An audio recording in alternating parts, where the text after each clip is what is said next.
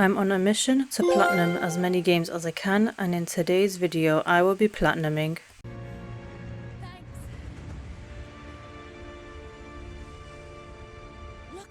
Rise of Tomb Raider. Was released in November 2015 with the 20th anniversary edition released in October 2016. It was developed by Crystal Dynamics. Rise of Tomb Raider follows Lara Croft as she travels to Siberia searching for the legendary city of Katesh, believed to hold the secrets to immortality. Driven by the need to prove her father's theory were true, Lara faces powerful organizations such as Trinity, brutal weathers, and deadly enemies. There are a total of 66 trophies for this game, including the Platinum. Back in 2016, I finished the story Rise of Tomb Raider, picking up a few trophies along the way. They were mainly story-related ones, but I never really went for the Platinum. At the time, I didn't really have much interest in platinuming games. I just wanted to play purely for the story and enjoy the content that it had at the time. As there is a new Tomb Raider game coming out, I decided to return to the game to clean up everything that I missed. This time, it's all about completing the challenges, finishing every tomb, grabbing every collectible, and finally earning that platinum with Lara Croft. I first started with doing all the missions. I did all of them apart from the one from this lady, which essentially asks you to raid tombs and explore its secrets. Challenge tombs are optional puzzle areas hidden throughout the world that test your problem-solving skills using physics, timing, and environmental mechanics. They are not required to complete the main story, but finishing them rewards you with powerful new abilities for Lara Croft, which for combat, survival, or exploration upgrades. While exploring one of the tombs, I earned this trophy Fluent, which requires Lara to be max proficiency in a language. There is a total of 3 languages in the game: Russian, Greek, and Mongolian, and to reach max proficiency you need to pick up enough collectibles in the language. I was able to do all the challenge tombs, and with that I unlocked the trophy the Tomb Raider. Each challenge tomb unlocks unique puzzles, platforming sections, and powerful skills for Lara. With that, I went back to the woman as I completed all the tombs, and I got the trophy Woman of the People for completing all the missions scattered around the world. With all the challenge tombs and the side missions completed, I am now able to focus all my efforts on these collectibles as well as the challenges. Upon trying to collect all the collectibles for one of the main islands, the larger area, I realized that it wasn't showing 100%, and this was because I was missing 2 icons, the maps and the Explorer Satchel. The 2 are important as it reveals collectibles to achieve that 100% for these lands. These reveal documents, murals, relics, survival caches, and monoliths. As I had some collected from my previous playthrough, I would use maps from online to find out the remaining Explorer Satchels and maps that I was missing to unlock that 100% collectible. From there, all I needed to do was just mark on the map which ones that I needed, if they were nearby or a bit far away, go to the nearest camp for that part, the document that I needed or relic, and then use that ping function to be able to collect and see where it is exactly and to what level it is, if it's on a higher ground or lower ground. By doing this method, I was able to unlock the next trophy, Keen Eye, which was to unearth 40 survival caches. Whilst going for the collectibles, I also made sure to complete the challenges in each area along the way, saving a lot of time of backtracking later and making cleanup far more efficient. By doing that, I was able to collect the next trophy, which was to complete 5 challenges. Challenges are optional side objectives found in different regions that encourages you to fully explore each area instead of just following the main story path. They usually involve tasks like destroying specific objects, finding hidden items, or completing small environmental puzzles scattered across the map. These in a way pushes you to pay closer attention to your surroundings, spotting hidden paths, climbing areas you might normally ignore, and interacting more with the environment in creative ways. Some challenges are straightforward, like breaking all the marked objects in a zone, while others require you to careful exploration to locate every target. By getting the collectibles as well as doing the trophies, I was able to get the next trophy, which was to purchase all skills in a single category by earning points for them. It was at this point I wanted to get some of the small miscellaneous trophies out the way. I started off by doing this dive one, which was also part of a challenge. Initially this dive was a bit of a glitch as you needed to stand in a certain position to trigger the animation off. I decided to get the next trophy out the way since I was in the area which requires you to kill a razorback boar using a Molotov cocktail. Whilst on my way to get some of the small ones out the way, I decided to get the next one, Trick Shot, which was to shoot a bottle out of the air. This took a bit of time to do, but it didn't take too much as you needed to throw that bottle in the air at a certain angle and use a specific weapon. Initially I tried pistol as I thought it would do, but the shotgun seemed to be more effective, and I found that moving a bit forward to get the aim accurate to get the trophy. In another area, upon doing some collectible, I realized I needed a trophy. Was that really necessary? Which was to kill any animal using an explosive. This trophy was clearly earned by accident, as you can see that I was trying to take out the enemies here, but for some reason it triggered it off. I think it's because there was a dead deer nearby. That's the only probably reason why it was triggered. Like in the previous clip, I was trying to hold off enemies or defeat them. I earned the next trophy, which was to beat 15 combat encounters after completing the game. This essentially means enemies will spawn in several areas, and this trophy demands you to defeat 15 packs of them. While on my collectible journey, I was able to earn the next one, the Chosen Few, which was to uncover the remains of all of Jacob's disciples. I had the intuitive skill from the Survivor skill tree, which revealed all the crypts on the map automatically. Just by doing some of the challenges, collecting the resources and doing the murals and everything, I was able to pick up some points along the way. And I was able to earn the next trophy, Weaponsmith, which was to fully upgrade a weapon. I don't really know how I didn't do this on my first playthrough. Whilst in the middle of doing a challenge, I crafted a special type of arrow which gave me the next trophy, Master Fletcher. This was to craft 25 of each special arrows. Again, I don't know how I didn't do this in my first playthrough. Whilst in the same area, I was in the middle of doing collectibles, and I was able to unlock the next trophy, which was to collect 75% of all collectibles. In the same area, I was able to unlock the next trophy. This was done by accident, and I was traversing my way through the area and unintentionally did a zipline transfer to get the trophy zipper. From the amount of gold I collected, I was able to unlock the next trophy, which was to purchase all items from the supply shack. To unlock this trophy, I spent all my Byzantine coins into every item in the supply shack in the Northern Soviet installation. I was at the point where I collected everything and almost did all the challenges, but I realized that there was one small section that I was needed to do, which was in Syria. So I went into there, did all the challenges, and did all the collectibles to earn 2 trophies back to back. This was for finishing off all trophies and for getting every collectible. Now with the main grind out of the way, all the collectibles and challenges and everything done, I only had some small miscellaneous trophies to do. These miscellaneous trophies were quite quick to do, like for example Quiet Time, which was to get a nice view of the area. Other miscellaneous trophies require you to wear certain outfits, like for this one, the Huntress outfit, and to kill 50 animals with this one. I forgot to mention that whilst I was on my way for doing the collectibles, I also tried to make sure to kill some animals along the way to get the trophy. This next trophy, I think it was a bit of a glitch because I could have sworn I killed deers in the heart, but the trophy wasn't popping up.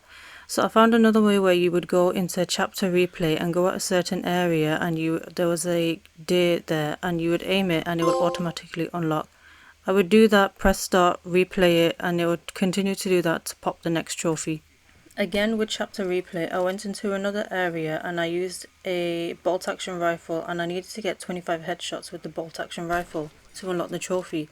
Looking back at it, I could have easily got this trophy by going on chapter replay and going to the Acropolis area. They had plenty of enemies there where you could easily do headshots there.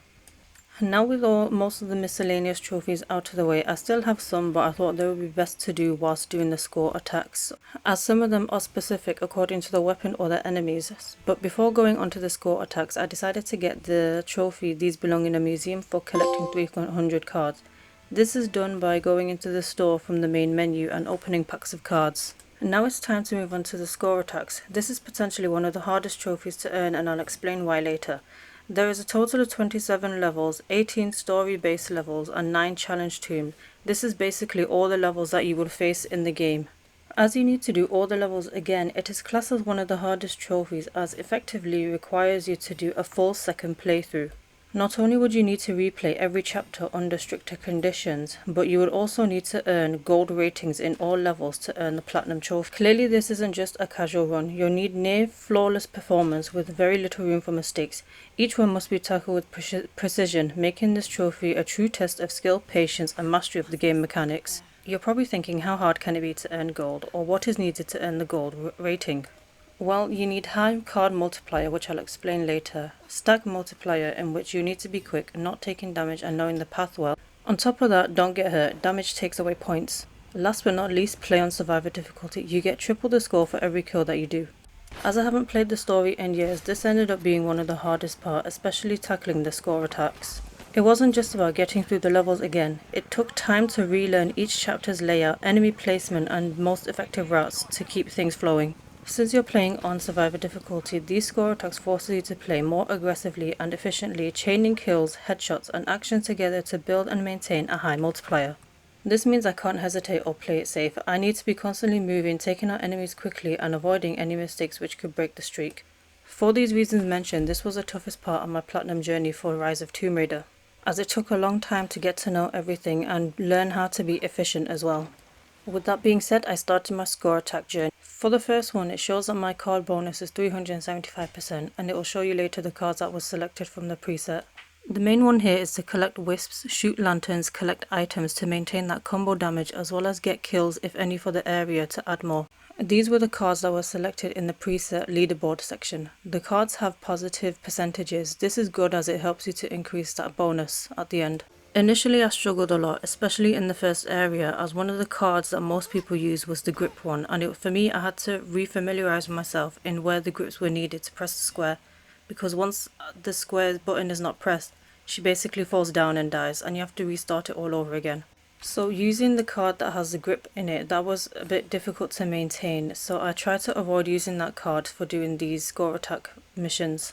But some areas were not that bad or as tough because I recently did the tomb challenges for them and I was able to breeze by because I knew how to do the tombs easily. The only thing that was a bit of a struggle or took a bit of time was to again maintain the combo, because I needed to do it at a certain way or go back and forth between some areas to continue shooting lamps or collecting wisps. With the first area, as I tried to do it, I was dying a lot, so I basically replayed it on a less tougher setting, so I was able to familiarise myself with especially where the grips were, as most of it was used. By doing this, I was able to earn some trophies back to back from this, which was my own worst enemy, which was to complete a level in a score attack with a multiplier of 200 or more, and another one called Iron Will, which was to complete a level in a score attack using 5 cards. Since I got silver rating, I replayed it because I was a bit more confident and I was able to get a gold score this time, earning me the trophy Gilded for earning a gold rating in a score attack. Not long after that, I was able to get the next trophy, Untouchable, which was to replay 5 different levels without taking any damage. At first it may seem overwhelming with all the information on how to get these gold, how you need to do it on a certain difficulty and how you need to maintain it. But I found myself breezing through most of them quite quickly, as especially the tomb ones I was able to do them. But some of them I was just dying unnecessarily at the most silliest time or the ridiculous time, just doing silly mistakes.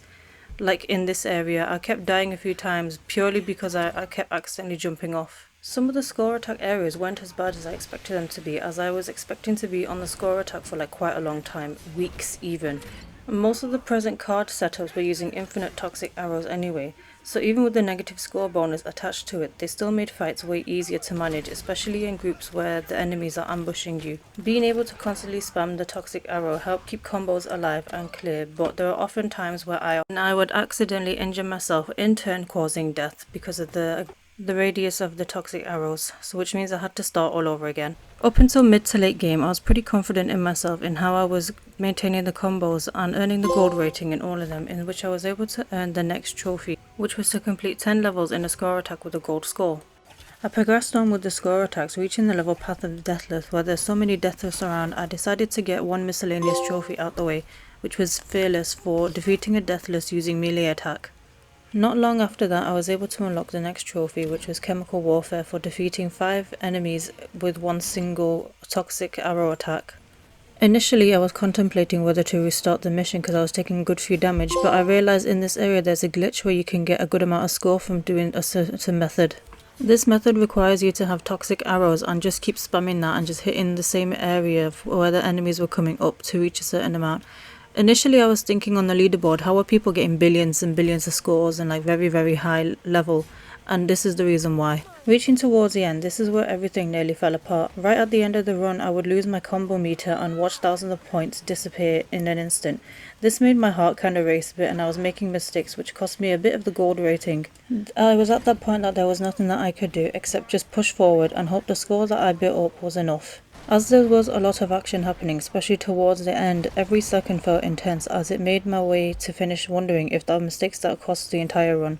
Somehow, despite all the pressure and all the setbacks, I still had a good enough score to get a gold rating. After some of the most intense finishes I've had in these score attacks, I still managed to secure a gold rating, even though they weren't perfect and sometimes I just felt like I wasn't comfortable or satisfied with the outcome. I still managed to get the gold, which led me to the 2 trophies.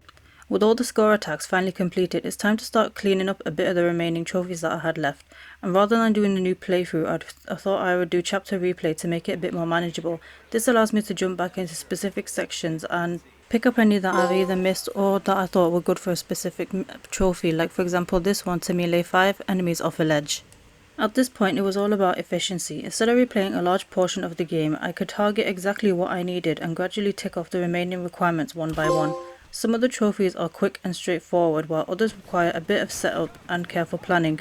Doing some of the miscellaneous trophies were quite satisfying for me, as the major challenge were behind me. Doing the difficult score attacks has been conquered.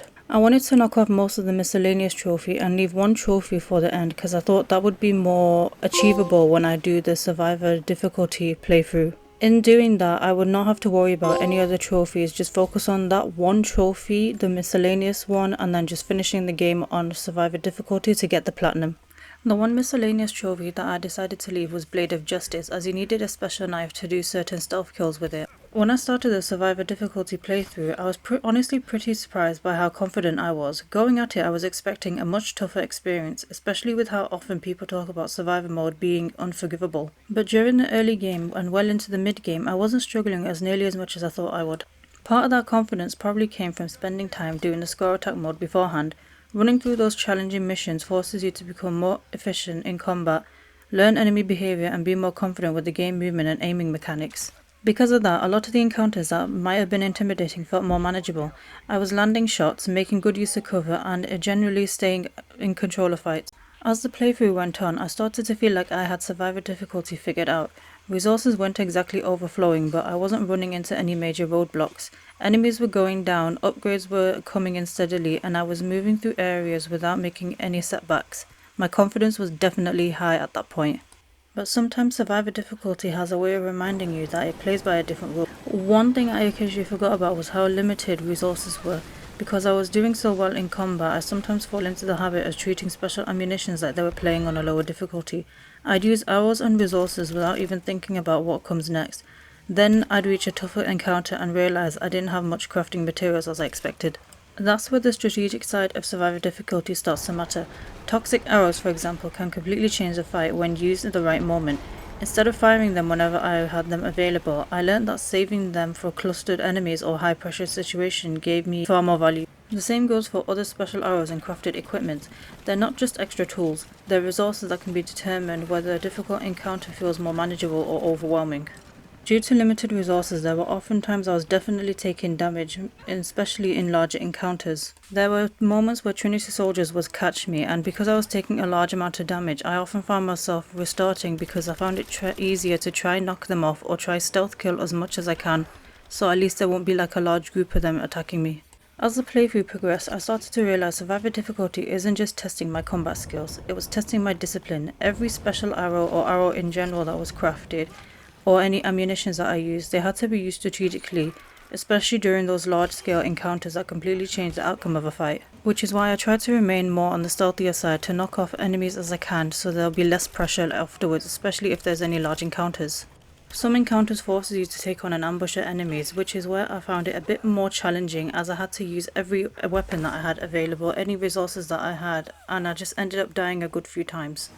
Because of that, the real challenge wasn't surviving these intense action scenes, it was remembering that the resources are finite, and survivor difficulty constantly rewards players who think ahead and conserve what they have. By the middle of the game, I wasn't worried whether I could win a fight, it was more focused on whether if I was using the right tools at the right time. and honestly, that's what made the difficult more engaging. It was challenging me to stay disciplined even when my confidence was at its highest. For example, when I reached this segment of the game, I often found myself restarting quite a lot of time because I tried to be as stealthy as I can, but I ended up getting caught by the enemies. And because I kept getting caught early, that means that there were loads of enemies that would swarm me and shoot me down, and I definitely knew that it was gonna be death. Because of this, my confidence was kinda shaken because I would get caught at the silliest reason or just get caught so early. Because of the amount of time that I had to restart the area and replay everything, I unintentionally earned the next trophy. After that segment was complete and earning that trophy, I somewhat gained a bit of confidence back when I progressed through and managed to do some nice stealth kills. Some of the stealth section is where I actually had most fun. I often found myself trying to be a bit more creative with takedowns, moving around the area, separating enemies from the group and chaining the stealth kills together without raising alarms. One of the sections that I started to struggle on was where I had to navigate underwater whilst taking down enemies around those cloud of red toxic gas. Up until then I was pretty confident with how I was doing and how I was progressing, but this was one of the first part of the game where I started to die quite often. The combination of staying hidden whilst watching the enemy patrol had me making costly mistakes. A few times I resurfaced at the wrong spot, or somehow I would get detected or simply run out of safe areas to move from. Eventually I was able to make it through and finish the area even though it took a bit longer than I expected. After getting through most of the early to mid game without too much problem, this area was a reminder that survivor difficulty could still punish careless decisions and force me to be more patient with my approach. As I moved into mid to late stages of the game, survivor difficulty started to feel very different. The confidence that I had built up during the early game was still there, but now that the game was throwing much tougher situations at me, it wasn't just Trinity anymore. I was also dealing with Deathless this time, and this is when the intensity really started to ramp up. The Deathless were a completely different threat compared to the enemies that I'd been fighting for most of the game.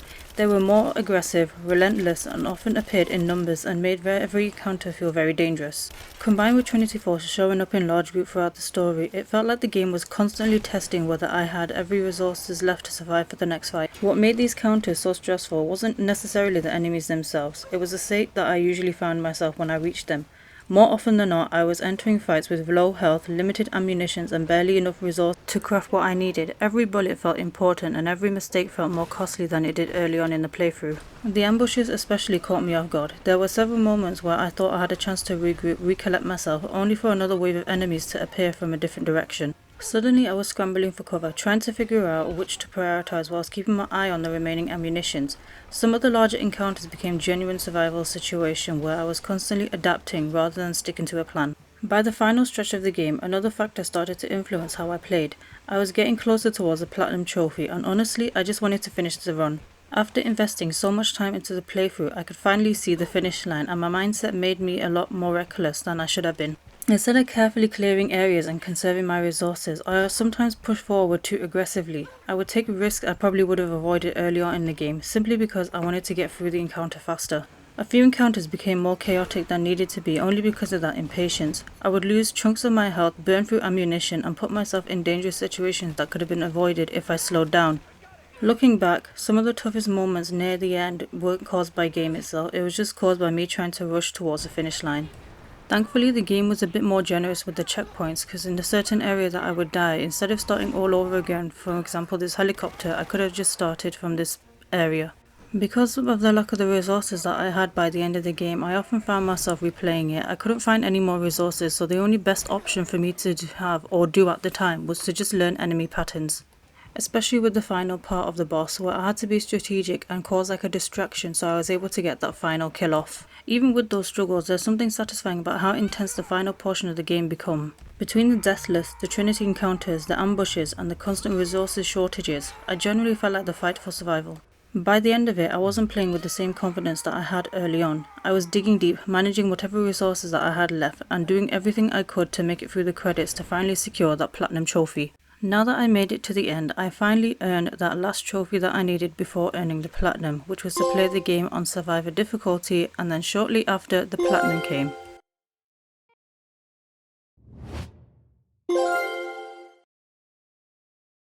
Overall, I generally enjoyed getting the Platinum for Rise of Tomb Raider.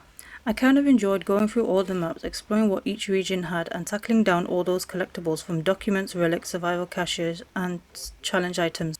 On top of that, the score attack mode really pushed me to sharpen my gameplay. It forced me to be more efficient in combat, improving my timing and thinking about every encounter in a more calculated way. That also carried over into the survivor difficulty. The survivor mode made everything more intense, resources were limited, fights were more punishing, and I had to become more careful on how I approached each encounter. I also liked how the game had some incredible chase scenes and high action moments, collapsing environments, escapes, and cinematic sequences that constantly kept the pace exciting and unpredictable. What stood out for me most was how I actually enjoyed Survivor era version of Lara Croft. In those intense situations, she felt more real and human. You can sense the pressure she's under, the fear and the determination to push through it all. It makes the experience more grounded, especially when things go wrong and you're barely able to hold on. Overall, getting the platinum for this wasn't just about completion. It genuinely felt like experiencing Lara's evolution whilst mastering every part of the game, from exploration, the collectibles, to combat, score attack and survivor difficulty. If you made it to the end of the video, please leave a like, a subscribe and comment down which Lara Croft era you enjoyed, and I will see you in the next video.